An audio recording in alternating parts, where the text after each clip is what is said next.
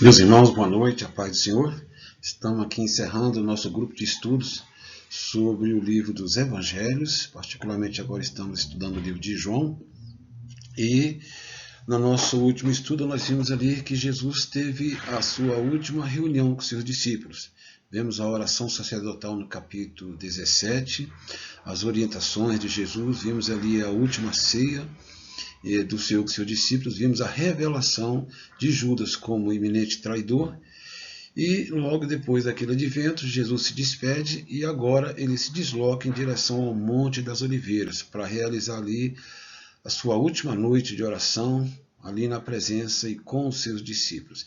Olhando para o gráfico aqui, nós observamos aqui que de Jerusalém, está aqui o templo central, e vemos aqui do outro lado, nós vemos aqui o Monte das Oliveiras. Entre Jerusalém e o Monte das Oliveiras, nós vemos aí o vale e o ribeiro de Cedron. Nesse vale havia um córrego, um ribeirão, que era o ribeiro de Cedron, e hoje está seco, não tem mais, mas de qualquer forma, naquela época existia, com certeza haveria uma ponte. E uma curiosidade é que, segundo o documento judaico, na base do altar do templo havia cavidades por onde escorria o sangue do sacrifício dos animais ali realizados no templo, no altar, e por baixo desse altar, com essas cavidades, um sistema de drenagem, o sangue escorria e ia ali em direção para o ribeiro de Cedron. Com certeza, o fato de Jesus se dirigir para aquela região, passava pelo vale de Cedron, observava aquele sangue e com certeza se remetia a ele o pensamento de que em alguns momentos ele seria o sacrifício definitivo por toda a humanidade. Com certeza isso é bem impactante. E quando chegam no Monte das Oliveiras, o Evangelho segundo João não dá muito detalhes sobre aqueles momentos de oração, mas ele já aborda que logo em seguida a chegada de Judas com os guardas pretorianos, com guardas também liberados pelos sacerdotes e uma multidão de pessoas. E quando chegam diante de Jesus, eles se deparam com um homem totalmente desarmado, indefeso, e que ele mesmo, Jesus mesmo, havia informado que não era necessário aquilo. Por todo o tempo ele esteve pregando, esteve no meio deles, e nada, e até então ele não havia sido preso, que isso acontecia para se cumprir as Escrituras. Mas uma coisa de chamar a atenção é que mesmo Jesus estando desarmado, quando eles perguntaram quem era Jesus, e que Jesus por 2 vezes respondeu, eu sou, nessas 2 vezes, ao pronunciar esse nome, eu sou, Jesus, com a sua autoridade que ele tinha como Deus verdadeiro, o grande eu sou, o impacto dessa expressão derrubou por terra aquela turba. Por 2 vezes isso aconteceu, deixando muito claro que Jesus estava ali por um destino, por uma necessidade, por algo que já estava profetizado acerca da sua iminente morte. Pedro não compreendeu isso e atacou o servo do sacerdote, chamado Malco, arrancando a orelha, e Jesus o repreendeu, dizendo que se ele quisesse, ele poderia convocar ali uma legião de anjos que eles iriam defender, mas que era para se cumprir o que estava determinado. Prenderam então Jesus e, por fim, ele vai ser levado pelos soldados para o julgamento. Jesus ele vai passar por um processo de 2 julgamentos. O julgamento religioso e depois o julgamento político. No julgamento religioso, que é o primeiro que vai acontecer, ele é levado perante as autoridades. Caifás e Anás são os 2 sumos sacerdotes ali no Sinédrio. É uma coisa importante notar que relata 2 sumos sacerdotes, mas o que acontece, na verdade, é que Caifás ele foi nomeado, segundo alguns historiadores, pelo governo romano. E isso trouxe rejeição para o povo, ou pelo povo, e isso fez com que ele não fosse aceito, e assim Anás continuou com seu ministério. Mas Caifás foi o primeiro a se alegrar muito com a prisão de Jesus. E, ao ser interrogado, trouxe testemunhas, trouxe pessoas para trazerem relatos e até falsos testemunhos convincentes, a fim de que Jesus fosse condenado, e nenhum foi apresentado de realmente peso, de valor. Foi então que o sacerdote lançou uma pergunta para Jesus, se ele realmente era o Filho de Deus bendito, o Cristo de Deus bendito. E Jesus disse que sim, ele era o Filho de Deus, e que em breve estariam vendo ele assentado à direita do Pai e vendo o Filho do Homem vindo entre as nuvens em grande glória. Isso atraiu a ira do sumo sacerdote, e assim então ele teve o argumento final para a condenação de Jesus, que seria blasfêmia contra Deus, por se dizer Filho de Deus. E diante dessa condenação agora vão para a segunda etapa, que é o julgamento político. Os judeus já tinham determinado por si só que Jesus deveria ser condenado com a morte, mas naquele tempo, sob o Império Romano, não era permitido que eles executassem pessoas. O Império Romano é que tinha que autorizar e executar. Por isso eles foram para esse julgamento político, que agora é com Pilatos. No julgamento com Pilatos, nós vemos situações muito conflitantes. Primeiro, porque quando Pilatos foi entrevistar Jesus, e no seu relacionamento, pouco tempo que ele teve com Jesus, ele viu que ele estava diante de um homem que não era nada daquilo do qual ele estava sendo acusado. Não era um homem perigoso, não era um homem de sedição, e desde o começo, Pilatos captou a ideia de que ele estava sendo condenado por inveja dos judeus. E por isso, por vários momentos, Pilatos tentou livrar Jesus da condenação. Mas Pilatos ele passou por dois tipos de pressão muito importantes. Ele passou primeiro por uma pressão da multidão e dos religiosos, que seria o Sinédrio. Nessa pressão ele estava pedindo a qualquer custo a condenação e a execução de Jesus. Pilatos foi pressionado por esse grupo, mas ele também foi pressionado um segundo aspecto muito importante, um aspecto íntimo na vida de Pilatos. Ele foi pressionado também por sua consciência. Pilatos teve a perfeita convicção de que ele estava diante de um homem inocente. E no seu diálogo com Jesus, algumas coisas ainda acirraram mais esse sentimento de Pilatos. Primeiro, quando ele perguntou se Jesus era o rei dos judeus, Jesus disse que ele era o rei. Só que o reino dele não era desse mundo. Num segundo momento, Pilatos perguntou ao Senhor, fez algumas perguntas, Jesus não respondeu, e Pilatos então disse, você não sabe que eu tenho autoridade sobre você para te livrar? Foi quando Jesus respondeu, nenhuma autoridade tu teria sobre mim se do alto não tivesse sido dado. Então, se na primeira colocação Pilatos conheceu Jesus como rei, agora nessa segunda ele está conhecendo Jesus como filho daquele que tem toda a autoridade, inclusive sobre a vida de Pilatos. E por fim, quando Jesus deu relato de que ele era rei, ele disse que Jesus veio como testemunho da verdade. Ou seja, Pilatos estava na frente daquele que era a representação da verdade e da justiça. Mas Pilatos preferiu desdenhar dessa colocação, colocando para Jesus o que é a verdade. Diante de todas as pressões, Pilatos, por fim, cede, apesar de tentar livrar Jesus dessa condenação, e entrega, então, Jesus para a condenação, submetendo agora às mãos dos soldados. Na crucificação de Jesus, os momentos que antecedem a crucificação de Jesus, a partir do momento em que Jesus foi entregue aos soldados, lá ele foi escarnecido e brutalmente espancado. E ali nós vemos em João alguns detalhes que relatam sobre todo o episódio que envolveu a crucificação de Jesus.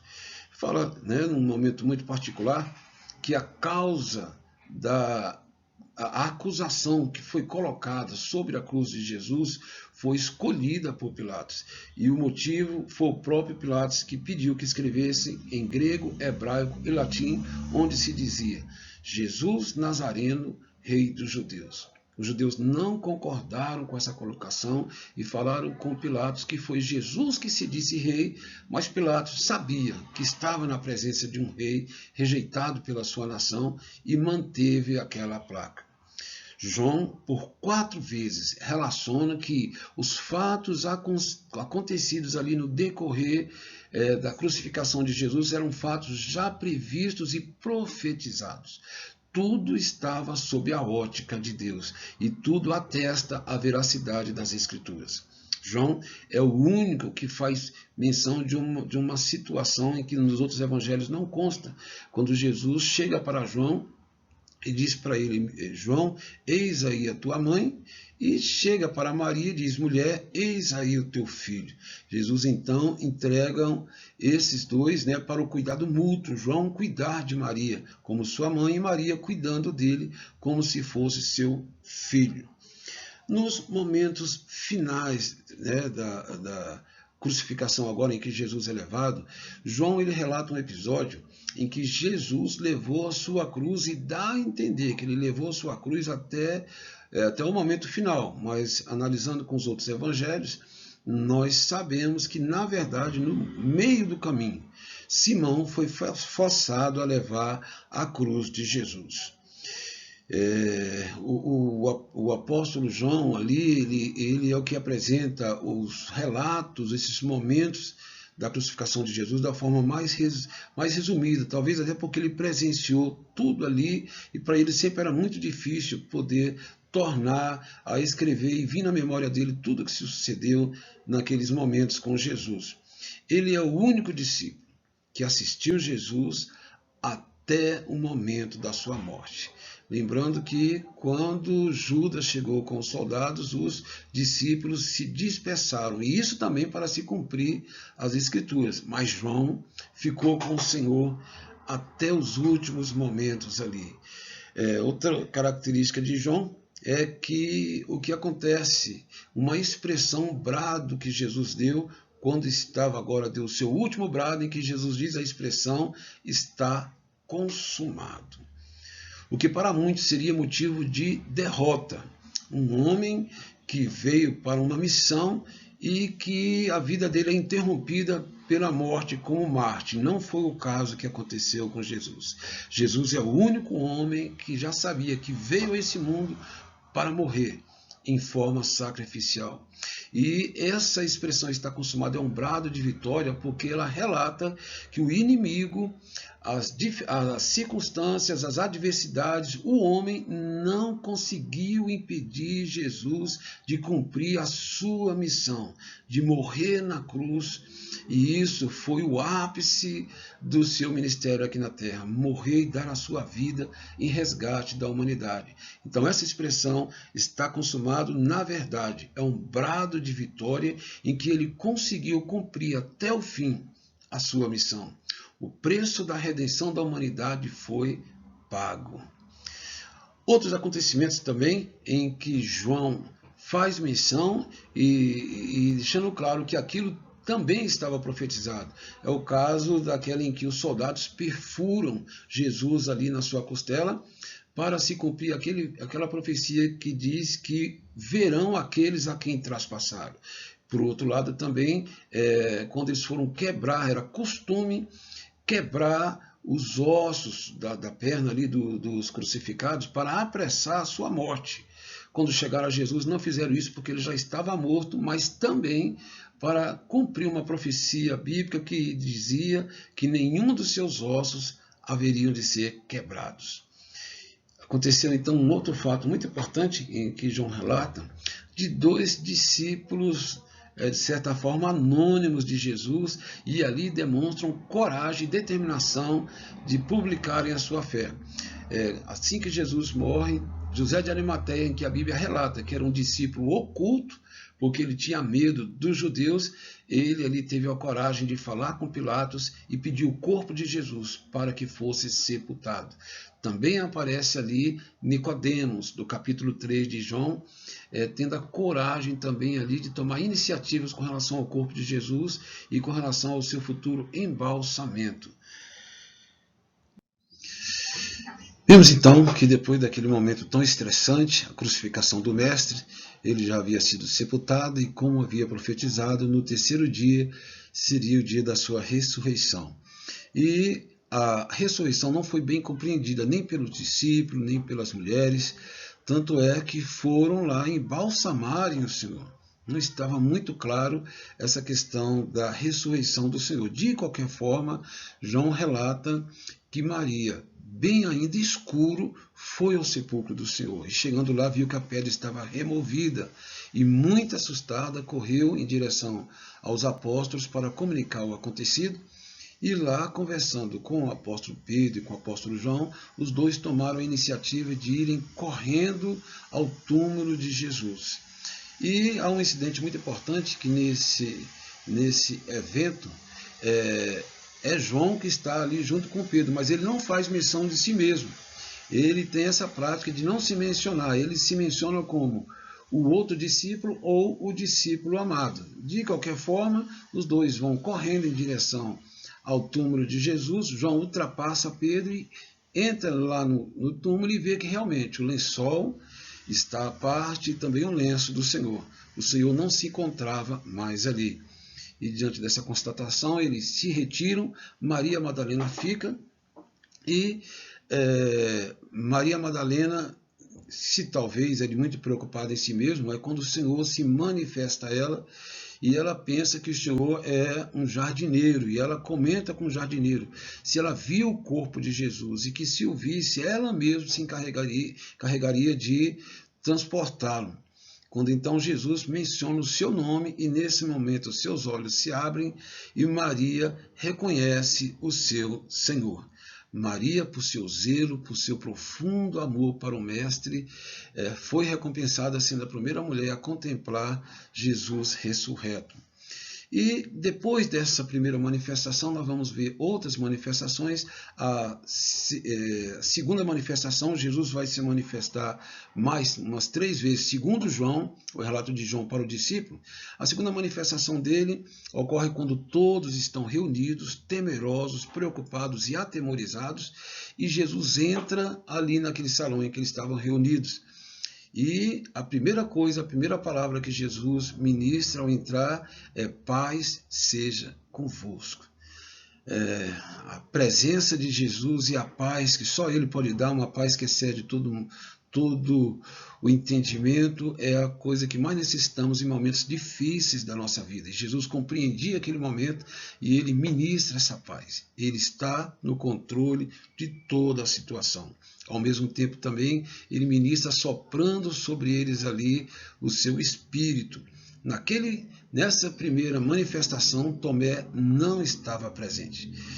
E depois dessa manifestação, os discípulos relatam para Tomé que o Senhor apareceu, e Tomé, no gesto de incredulidade, informa que ele não acreditaria, só acreditaria que o Mestre havia ressuscitado se ele visse e tocasse nas suas feridas.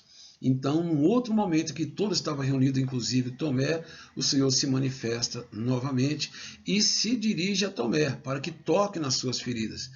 Tomé, ali tomado de assombro e de alegria, ele se prostra diante do Senhor com a declaração: Senhor meu e Deus meu. Naquele momento, ele é repreendido por Jesus com as palavras: porque você me viu, você creu. Bem-aventurado aqueles que não me viram e creem. Isso é muito importante para a igreja. O Senhor, ele coloca como pressuposto dos seus seguidores que tenham fé, tenham confiança. Circunstâncias não são maiores do que a presença e o cuidado que Deus tem com a sua igreja. O Senhor estimula e exige que a igreja tenha essa fé no Senhor, apesar de não vermos ou apesar das circunstâncias serem totalmente adversas, mas o Senhor está no controle da nossa situação, e essa exortação à fé para nós é extremamente importante. João finaliza o capítulo 20 com uma expressão que representa o objetivo do Evangelho. Ele diz: esses sinais foram registrados para que creais que Jesus é o Cristo, o Filho de Deus, e que, crendo você, tenha vida em seu nome. Vamos agora para o epílogo, o encerramento desse capítulo. Pedro, tu me amas, é a cerne desse epílogo. O Senhor agora vai se manifestar mais uma vez para os seus discípulos. Agora, os discípulos não estão mais na Judéia, estão lá na Galiléia.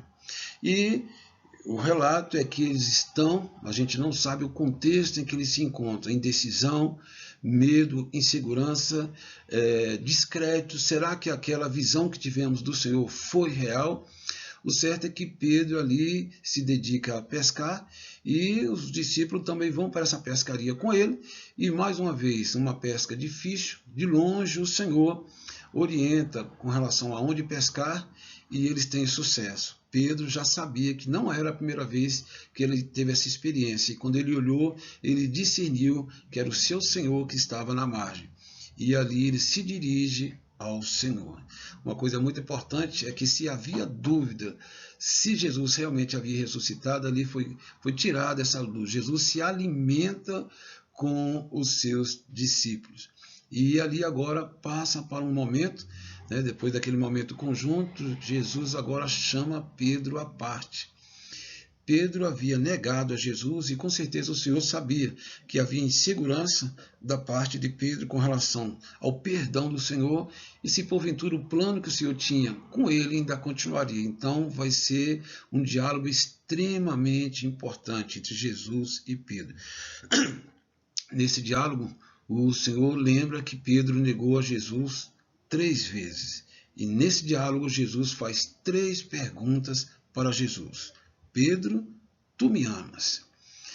Essa expressão me amas, ou amas, no grego, ele quer dizer ágape, que é o amor na sua mais alta esfera, na sua mais profunda conotação. É o amor sacrificial. E Jesus perguntou, tu me amas? Em ágape, que era no grego. E Pedro respondeu, Senhor, tu sabes que eu te amo, mas não usou a expressão ágape, ele usou a expressão grega phileo, que quer dizer que é um amor que demonstra uma grande afinidade. Com isso, Pedro com certeza não estava desqualificando o Senhor. É que depois da situação que ele passou, depois da decepção que ele teve consigo mesmo, Pedro agora começa a ser uma pessoa muito reservada, muito prudente naquilo que fala, e ele sabia que o seu amor nunca ia ser um amor na dimensão do que Cristo tinha por ele. Então, ele demonstrou o profundo amor que tinha para o Senhor. E com a consciência, Senhor, nunca vou conseguir te amar como tu me amas. Por 3 vezes, Jesus fez a mesma pergunta e nas 3, Pedro falou para o Senhor, tu sabes que eu te amo. E quando então o Senhor confirma para Pedro a sua chamada e o seu ministério de cuidar do rebanho de Deus. Uma outra observação com relação ao amor que o Senhor requeria de Pedro. Ele perguntou, Pedro, tu me amas mais do que a estes? Deixando claro que o Senhor também, ele requer do seu povo, dos seus seguidores, um amor único, um amor totalmente devoto a Deus. Afinal de contas, o primeiro mandamento é amarás o Senhor teu Deus sobre todas as coisas. E o Senhor quer se certificar que os seus discípulos, e particularmente Pedro, tivessem esse amor. Um amor acima de qualquer situação, um amor acima de qualquer pessoa que fosse devotada ao Senhor. E quando eles encerram esse diálogo, e Jesus chama Pedro para continuar um diálogo mais distante. Pedro olha para trás e viu o discípulo amado. Pedro sabia da profunda comunhão que Jesus tinha com João, do profundo amor que João tinha com Jesus. E ele achou estranho Jesus chamá-lo, que o traiu, e não chamar João. E ele perguntou, Senhor, e aquele? E o Senhor disse para Pedro, eu quero que ele fique e que tu venha. Isso deixa claro uma coisa muito boa sobre o tratamento e como o Senhor age no meio da igreja e como ele trata, cada um de uma forma diferenciada. João, apesar do seu destaque com Jesus, tinha um tratamento específico, Pedro também tinha o seu. E isso para nós é extremamente importante de saber que o Senhor trata de cada um de nós, conhecendo as nossas limitações e as nossas virtudes. Que Deus abençoe. Logo mais teremos a lição de número 10.